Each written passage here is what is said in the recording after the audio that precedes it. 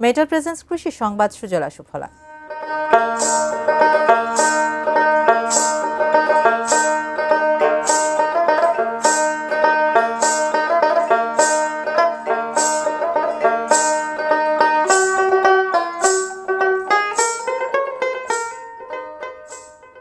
কিশোরগঞ্জের পাকুন্দিয়ার চরাঞ্চলের পতিত জমিগুলোতে শুরু হয়েছে তিল চাষ, আর প্রথম চেষ্টাতেই মিলেছে বাম্পার ফলন। কৃষকদের পরিশ্রমে সেখানে সোনালী সম্ভাবনার ফুল ফুটিয়েছে এই তিল চাষ। এই সাফল্যে এলাকার অনেকেই আগ্রহী হয়ে উঠছেন তিল চাষের প্রতি। কিশোরগঞ্জ প্রতিনিধি শফিক আদনানের তথ্য ছবি নিয়ে ডেস্ক রিপোর্ট। কিশোরগঞ্জের পাকুন্দিয়া উপজেলার জাঙ্গালিয়া ইউনিয়নের চরকাওনা লক্ষ্মীচর এলাকা। ব্রহ্মপুত্র নদের পাশ ঘেঁষা বিশাল এই চর এতদিন ছিল প্রায় অনাবাদি। ফসল বলতে কেউ কেউ আলু চাষ করতেন এই চরে, তবে এখন সেখানে তিল চাষের মধ্য দিয়ে বয়ে যাচ্ছে সম্ভাবনার নতুন স্রোত। প্রথমবারের মতো সাহস করে তিল চাষ করেছেন কয়েকজন উদ্যোগী কৃষক, আর এতেই বাজিমাত, মিলছে বাম্পার ফলনও। অনাবাদি জমিনগুলি আবাদের আওতা লইয়েছি।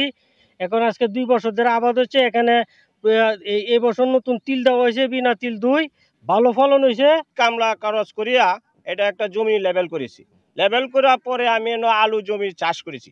আলু জমি চাষ করার পর 2 বছর আলু জমি করার পর এই বছর আমি নতুন একটা উদ্যোগ নিলাম বিনা তিল চাষ করার জন্য। ফসলটা দেখছি খুব ভালো লাগছে।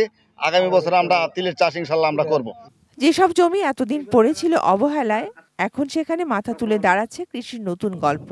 কৃষকদের এই স্বপ্ন দেখিয়েছে স্থানীয় কৃষি বিভাগ এবং বাংলাদেশ পরমাণু কৃষি গবেষণা ইনস্টিটিউট বা বিনা।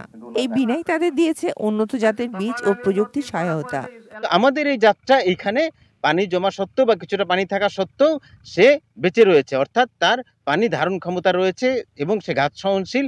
সে যে কোনো চাপের মধ্যে বা স্ট্রেসের মধ্যেও সে সেখানে বাঁচতে পারে এবং ভালো ফলন দিতে পারে। কৃষকের সহযোগিতা পেলে চরাঞ্চলে তিল ছাড়াও বাদাম সহ আরো বেশ কিছু ফসল চাষের পরিকল্পনা রয়েছে বলে জানান বিনার প্রকল্প পরিচালক। বিনার যে আরো তিলের যে জাতগুলো আছে এবং বিনার যে চীনাবাদামের জাত আছে, বিনার যে খেসারি আছে, এই জাতগুলো চাষ করার মাধ্যমে এই জমিতে অনেক সম্ভাবনাময় কৃষি আমরা আশা করছি। এই জমির আশপাশে যে জমিগুলো রয়েছে, এই তৎসংলগ্ন জমিগুলোতেও আগামীতে তিল, মাসকলাই বা মুগ এই ধরনের ফসলগুলো চাষ হবে এবং আমাদের ফসলের নিবিড়তা বৃদ্ধি পাবে।